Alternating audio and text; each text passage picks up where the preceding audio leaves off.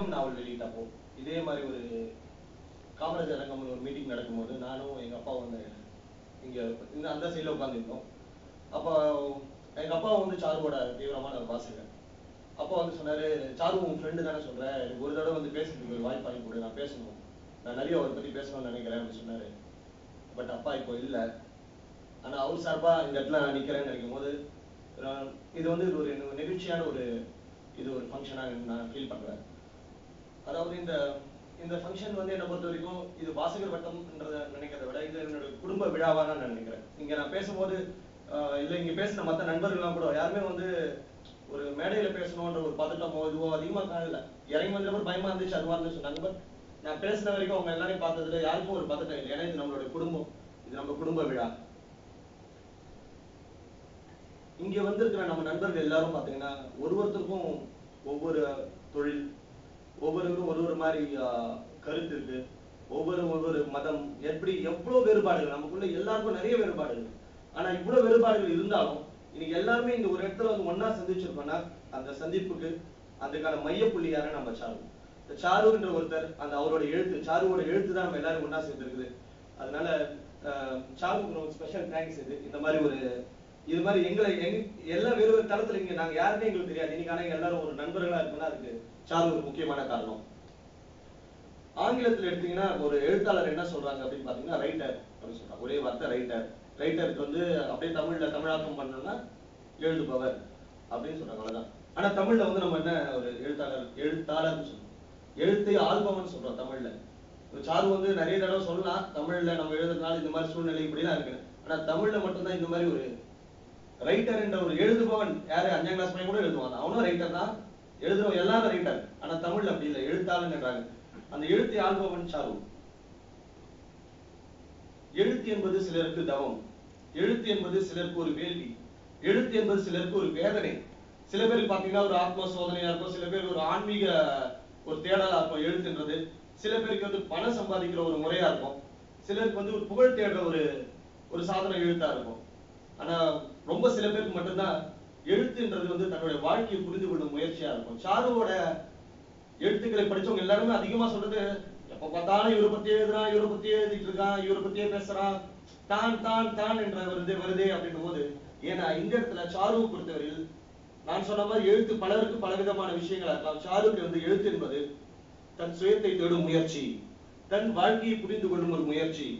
அந்த முயற்சி தான் சாரு தான் முயற்சி. அடுத்து ஒரு சொல்ல முக்கியமான விஷயம், இங்க வந்து நிறைய பேர் வந்து சாரு வந்து அதிகமா விளம்பரப்படுத்திக்கிறான், இது பண்றான் அதை பண்றான், இன்னும் இது ப்ரொமோட் பண்றதுக்கு இப்படி எல்லாம் நடந்துக்கணுமா அப்படி நடந்துக்கணுமா அப்படின்னு ஒரு குற்றச்சாட்டு. எந்த ஒரு அங்கீகாரம் மூலம் ஒரு எழுத்தாளர் உருவாவதில்லை. அங்கீகாரம் மூலம் ஒரு எழுத்தாளர் கண்டிப்பாக உருவாக முடியாது. ஆனால் இந்த சமூகத்திடம் ஒரு எழுத்தாளன் திரும்பி எதிர்பார்க்கும் ஒரே ஒரு விஷயம் அங்கீகாரம் மட்டும்தான். அந்த அங்கீகாரத்திற்காகத்தான் இந்த போராட்டம் எல்லாம். இன்று அந்த அங்கீகாரம் சாருக்கு கிடைத்திருக்கிறது.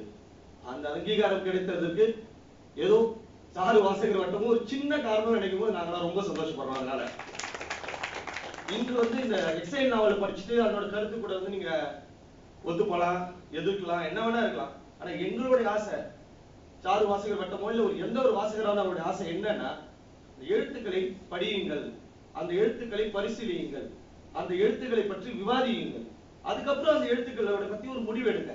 எழுத்துக்களை படிக்கிறதுக்கு முன்னாடியே இன்னைக்கு ஒரு சாரு ஒரு உதாரணம் எடுத்துக்கிறீங்க, ஒரு 100 பேர் படிக்கிறான் ஒரு உதாரணத்துக்கு அப்படின்னா, ஒரு 80 பேர் வந்து சாரு விமர்சிக்கிற ஒரு 100 பேர் இருக்கான்னு வச்சுக்கோங்க. 80 பேர் சாரு விமர்சிக்கிற ஆளுங்க சாரு படிக்காத ஆளுங்க. யாரோ ஒருத்தர் சொன்னது கேட்டது இல்லைன்னா அதிகபட்சம் ஏதாவது பிளாக்ல ஏதாவது எழுத ஒரு 2 ஆர்டிகல் படிச்சுட்டு சாரு விமர்சிப்பான். சோ ஒரு 80 பேர் இப்படி, மீதி 10 பேர் எப்படி திரும்ப இருக்காங்க, ப்ரூஃப் ரீடிங் மனநிலையோட படிக்கிறவங்க இருக்காங்க.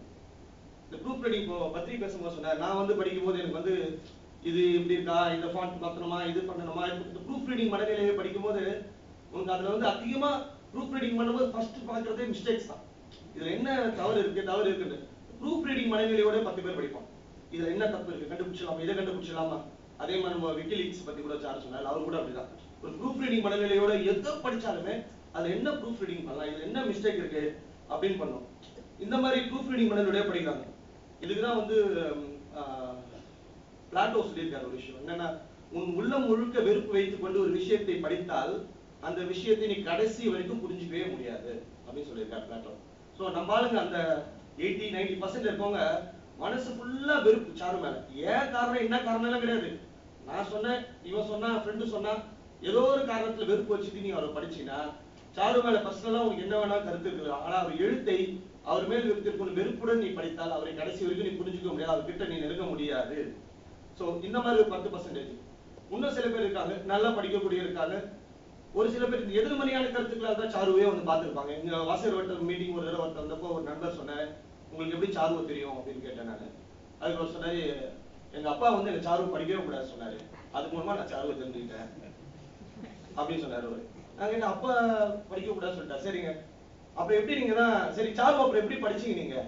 இல்ல இல்ல எங்க அப்பா வந்து சாரு புக் எல்லாம் படிச்சு ஃபர்ஸ்ட் பீரோல கூட்டி வச்சுவாரு, அதுக்கப்புறமா நான் எடுத்து நான் படிச்சிட்டேன் அப்படின்னு சொன்னாரு அவரு. சோ இதுல என்ன தெரியுதுன்னா படிக்கிறாங்க நிறைய பேர். அது வந்து இது வந்து நம்ம சமூகம் சார்ந்த ஒரு பிரச்சனையா தான் பாருது. இது சாருவோட எழுத்துல எந்த பிரச்சனையும் கிடையாது. இப்போ வந்து நீங்க இந்த சமூகத்தோட விஷயம் என்னன்றதா இந்த எக்ஸைல்குள்ள வருது. எக்ஸைல்குள்ள வந்து ரெண்டே விஷயமா நான் வந்து அடிநாதமா நான் பாக்குறேன். எக்ஸைல் நாவலை பத்தி ஒரு சாப்டர் பேசினா நிறைய பேசிட்டே இருக்கலாம். ஆனா அதோட பேஸ் அப்படின்னு பாத்தீங்கன்னா காதல் அப்புறம் சமூகம், இந்த ரெண்டு விஷயம் தான் அது அடிநாதமா வருது. இதுல இது இந்த எக்ஸைலுக்குள்ள அப்படியே போறதுக்கு முன்னாடி சாரு வந்து இப்ப கூட வில்லங்கமா இருக்க சொல்றாங்க, கோபக்காரரா இருக்காரு, நேர்ல பார்த்தா அப்படி இல்ல கோபக்காரரா இருக்கிறாரு அவரு. கோபம் அது பெரிய குற்றச்சாட்டு எல்லாரும் சொல்றாங்க. என்ன பொறுத்த வரைக்கும் ஒரு கலைஞன் ஒரு எழுத்தாளனா இருந்தா உணர்ச்சி எப்பவுமே அவனுக்கு கொந்தளிச்சுக்கிட்டே தான் இருக்கணும். உணர்ச்சி இல்லாம இருந்தா அவனால எழுதவே முடியாது. எப்ப வந்து அவனுக்குள்ள உணர்ச்சி செத்து போதோ அவன் சாமியாரா போயிடுறான். சாந்தம் அடைஞ்சிட்டேன், எனக்கு உள்ள இருக்க எல்லாம் சாந்தம் ஆயிடுச்சுன்னா சாமியாரு. சாந்தம் அடைஞ்சிட்டு அதுக்கப்புறம் எங்க உனக்கு கலை எங்க வெளியே வரும். அதனால வந்து சாரு கிட்ட நான் வந்து சாந்தம் எல்லாம் எதிர்பார்க்கவே இல்லை. அவரோட உணர்ச்சிகள் எல்லாம் கட்டுப்படுத்தி அமைதியாகணும் இதெல்லாம் நான் எதிர்பார்க்க முடியல. ஏன்னா ஒவ்வொருத்தரும் ஒரு வகையான போராட்டம். சில பேர் வந்து ஆயுதம் ஏந்தி போராடுறாங்க, சில பேர் வந்து தெருவில் இறங்கி சண்டை போடுவான், சில பேர் வந்து இறங்கி களப்பணி ஆற்றுவான். ஒருத்தர் ஒரு வகையான தன்னுடைய முறையினால வந்து தன்னுடைய கருத்துக்களை வெளிப்படுத்த முடியும். ஆனா உண்மையான கரிசனத்துடன் நேர்மையாக சில சொற்களை தீவிரமாக எழுதி செல்ல முடியும். அப்படிப்பட்டவர்கள் தான் உண்மையான எழுத்தாளர்கள். அப்படிப்பட்ட உண்மையான எழுத்தாளர் தான் சாரு. கோழையாக வாழ்பவன் எழுத்தாளனாக இருக்க முடியாது. அதனால வந்து இதெல்லாம் அண்டர்லைன். சாரு வந்து நீங்க உணர்ச்சியை கட்டுப்படுத்திக்கணும், கோபக்காரனா இருக்கக்கூடாது, இதெல்லாம் வந்து சாரு நீங்க என்னைக்குமே ஆகக்கூடாது, என்னுடைய பர்சனல் ரெக்வெஸ்ட். சோ இந்த நாவலுக்குள்ள நான் சொன்ன மாதிரி இந்த ரெண்டு விஷயம், காதல் அண்ட் காமம். காதல்ன்றது பாத்தீங்கன்னா அந்த காதல் காமம்ன்ற விஷயத்துல வரும்போது எனக்கு என்ன இந்த நாவல்ல வந்து சில விஷயங்கள் ஒத்து போச்சு இல்ல ஒத்து போகல அப்படின்னு பார்க்கும்போது, நான் வந்து உணர்வுகள் உணர்ச்சிகள் ரெண்டு வகையா பிரிச்சு பார்ப்பேன். நான் பொதுவா பழகுற இடத்துல எல்லாருக்கிட்டையும் உணர்வுகள்னா என்ன உணர்ச்சிகள் என்ன, உணர்வுகள் உணர்ச்சிகளை பத்தி அகைன் ஒரு டிஸ்கஷன் நிறைய பேருக்கு நான் பண்ணியிருக்கேன். அவன் சொல்லுவேன், நான் வந்து சிரிப்பு, இந்த கோபம், அழுகை இதெல்லாம் வந்து நான் உணர்ச்சி அப்படின்னு சொல்லுவேன். பசி, இப்ப ரொம்ப பசிச்சு நேர்ந்து வெளியே டீ குடிச்சிட்டு வந்தோம், மதியானம் சாப்பிட்டு வரல, இது ஒரு உணர்ச்சியா தெரியுது. இதை வந்து ஒரு உணர்வா எடுத்துக்க முடியல என்னால. ஏன்னா என்னால பசின்றதை டக்குன்னு ஃபீல் பண்ண முடியும். இல்ல நான் சிரிக்கிறேன்னா நான் சிரிக்கிறேன் உங்களால பார்க்க முடியும், நான் கத்துறேன்னா கோபமா இருக்கேன்னு உங்களால பார்க்க முடியும். உணர்ச்சிகள்லாம் பொதுவாக ஈஸியா வெளியில காட்டக்கூடிய விஷயங்கள். காமமும் அந்த உணர்ச்சியில தான் வருது. அது வந்து உணர்வுல வரக்கூடிய விஷயமா எனக்கு தெரியல. இப்ப காதலோ ஒருத்தர் மேல நான் காட்டக்கூடிய அன்போ அந்த பாசமோ உணர்வுகளாக நான் பாக்குறேன். அந்த உணர்வுகளை வந்து என்னாலதான் உணர முடியும். அந்த உணர்வுகளை வந்து என்னுடைய கருத்துல இருந்து அந்த தளத்துல இருந்து பாக்குறவனால தான் அந்த உணர்வுகளை எடுத்துக்க முடியும். அந்த உணர்ச்சிகளை அந்த மாதிரி எடுத்துக்க முடியாது.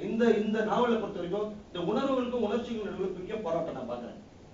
அந்த உணர்ச்சிகள், ஆனால் இந்த நாவல் எனக்கு கடைசியா ஒரு விஷயம் என்ன பாக்குறேன்னா, உணர்ச்சிகள் வந்து மேல வருது, உணர்வுகளை விட உணர்ச்சிகள் மேலோங்கி இருக்கிறது. அதை தான் நம்ம வந்து சொன்னாரு, வேற ஒரு விஷயத்துக்கு யூஸ் பண்ணிக்கிறாங்க. அந்த மாதிரி எனக்கு அந்த அஞ்சலி கேரக்டர் வந்து வேற ஒரு விஷயத்துக்கு யூஸ் பண்ணாங்க. உனக்கும் வந்து உதயா கேரக்டருக்கும் வந்து இந்த விஷயத்துக்கு யூஸ் பண்றாங்க. உணர்ச்சிகள் மேலோங்கி அதிகமாக தெரிகின்றது இருக்கல்ல. ரெண்டாவது விஷயம் இந்த உணர்வுகள் உணர்ச்சிகள் பார்த்த இன்னொரு விஷயம் என்ன பாத்தீங்கன்னா, இதுல ஏன் இந்த காதல்ல வந்து எனக்கு உணர்வுகள் இல்ல அப்படின்னு நான் நினைச்சேன்னா, பொசசிவ்னஸ். இப்போ அதுவும் நம்ம பேசும்போது ஒரு நண்பர் சொன்னாரு, வந்து அந்த உதயா கேரக்டரோ இல்ல அஞ்சலி கேரக்டரோ பாத்தீங்கன்னா ரொம்ப பொசசிவா இருப்பாங்க. நீ வந்து அவரோட அந்த அஞ்சலி வந்து அவருடைய ஒரு நண்பர் ஒருத்தருக்கு அவர்கிட்ட பேசினா அந்த உதயாக்கால ஏத்துக்க முடியாது. பயங்கர பொசசிவா இருக்கேன், நான் பொசசிவா இருக்கேன் அப்படின்னா. இது வந்து நம்ம ஊர்ல வந்து ரொம்ப ஒரு சகஜமான வார்த்தை ஆயிடுச்சு. பொசசிவ்னஸ்ன்றது ஒரு பெருமையான விஷயம். நான் உன் மேல பொசசிவா இருக்கேன்னா எல்லாரும் ரொம்ப பெருமைப்படுவாங்க. நீ லவர் கிட்ட போய் சொல்லி பாரு, நான் உன் மேல ரொம்ப பொசசிவ், ஐ அம் வெரி ஹாப்பிடா அப்படின்னும். பொசசிவ்னஸ்னா என்ன அப்படின்னு நான் கொஞ்சம் பார்த்தேன். பொசசிவ்னஸ் டிக்ஷனரியில எடுத்து பார்த்தேன். அப்படின்னா பொசஷன், ஓனர்ஷிப் அப்படின்னு சொல்றாங்க. ஒரு பொருளை நான் ஓனர்ஷிப் எடுத்துக்கிறேன், என்னோட மொபைல் என்னோட பொசஷன், நான் வேணும்னா தூக்கி போட்டலாம், உடச்சலாம், என்ன வேணா பண்ணலாம். இன்னொரு அடுத்த லைன்ல மீனிங் போடுறாங்க. பொசசிவ்னஸ் அப்படின்னா என்ன அப்படின்னு பாத்தீங்கன்னா டாமினேட்டிங், இன்ஃப்ளூயன்சிங், டேக்கிங் கண்ட்ரோல். இந்த வார்த்தைகளா தான் இருக்கு. நீங்க யாரோட டிக்ஷனரி செக் பண்ணுங்க. அப்ப டாமினேட்டிங்ன்றதும் டேக்கிங் கண்ட்ரோல்ன்றதும் இன்ஃப்ளூயன்சிங்ன்றதும் யாருக்காவது அன்பான வார்த்தையா தோணுதா? இதுல எதுவுமே அன்பு தெரியல. எனக்கு தெரிஞ்ச வரைக்கும் இந்த வார்த்தைகள் எல்லாம் ஆதிக்க வெறி தான் தெரியுது. பொசசிவ்னஸ்ன்றது ஒரு கோர்வையா யூஸ் பண்ணிக்கிறாங்க. ஒரு உதாரணம் நான் சொல்றேன். உங்களுடைய காதலியோ உங்களுடைய மனைவியோ உங்களிடம் வந்து I love Sachin Tendulkar, I love Vijay, I love XYZ somebody who is there எங்கேயோ இருக்காங்க சொன்னா கோவப்படுவீங்களா மாட்டீங்களா? கோவப்பட மாட்டோம். சும்மா வேணா கோவப்படலாம். ஆனா உள்ள இருந்து உங்களுக்கு கோவம் வருமா? வராது. அதையே உங்களிடம் வந்து உங்க ரொம்ப க்ளோஸ் ஃப்ரெண்டையோ இல்ல உங்களுடைய சகோதரனையோ இல்ல உங்க சர்க்கிள்ல இருக்கிற ஒரு ஆளையோ எனக்கு ஐ லவ் ஹிம் டா அப்படி சொன்னா கோவம் வருமா? வராதா?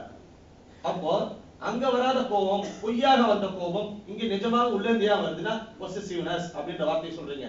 பொசசிவ்னஸ்னா அங்கேயும் வந்திருக்கணும். ஏன் வரல அப்படின்னு பார்த்தா இங்கெல்லாம் வந்து சச்சின் டெண்டுல்கர் விஜய ஜென்மத்துக்கு பார்க்க முடியாது, பேச முடியாது, பழக முடியாது, ஒண்ணும் நடக்காது. இங்க ரிஸ்க் இருக்கு. இங்க ரிஸ்க் இருக்கு. கன்ஃபார்மா கொஞ்சம் விட்டா டேக் ஆஃப் ஆயிடும். அந்த பயம் வந்துருக்குல்ல. அப்புறம் என்ன பொசசிவ்னஸ் வந்து பாசிட்டிவான விஷயமா சொல்றீங்க.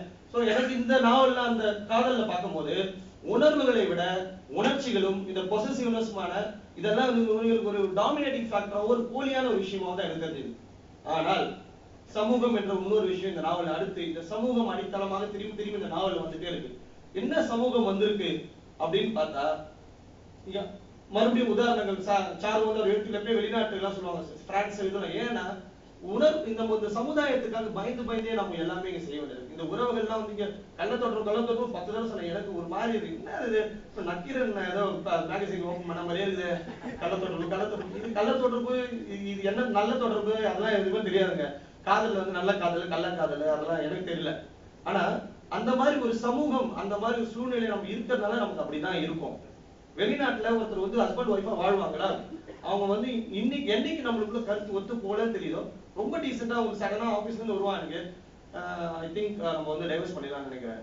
அதுதான் நானும் ரொம்ப நாளா ஏதோ ஒரு அட்டாச்மெண்ட் இல்லாத மாதிரி ஃபீல் பண்றேன். ஓகே அப்படி சொல்லுவாங்க. அடுத்த வாரமா ஒரு 10 நாள் டைவர்ஸ் ஆயிட்ட அப்புறம் இவங்க ஒரு ஜோடியோட எங்கேயாவது ஒரு கஃபேல பாக்குறாங்கன்னா உட்காந்து காபி சாப்பிடுவாங்க. ஆனா நம்மளுக்கு அப்படி இல்ல. 20 வருஷமா புரிஞ்சுக்காம ஆனா அட்ஜஸ்ட் பண்ணினே அட்ஜஸ்ட் ஓவர் அட்ஜஸ்ட் 20 வருஷத்துக்கு அப்புறம் இவன் வந்து கத்தி எடுத்து குத்திடுவான், இல்ல அவன் வந்து தலையில கல்ல தூக்கி போட்டுருவா. இது ரெண்டும் நடக்காம சண்டை போட்டு டைவர்ஸ் ஆயிட்டான்னு வச்சுங்களேன்.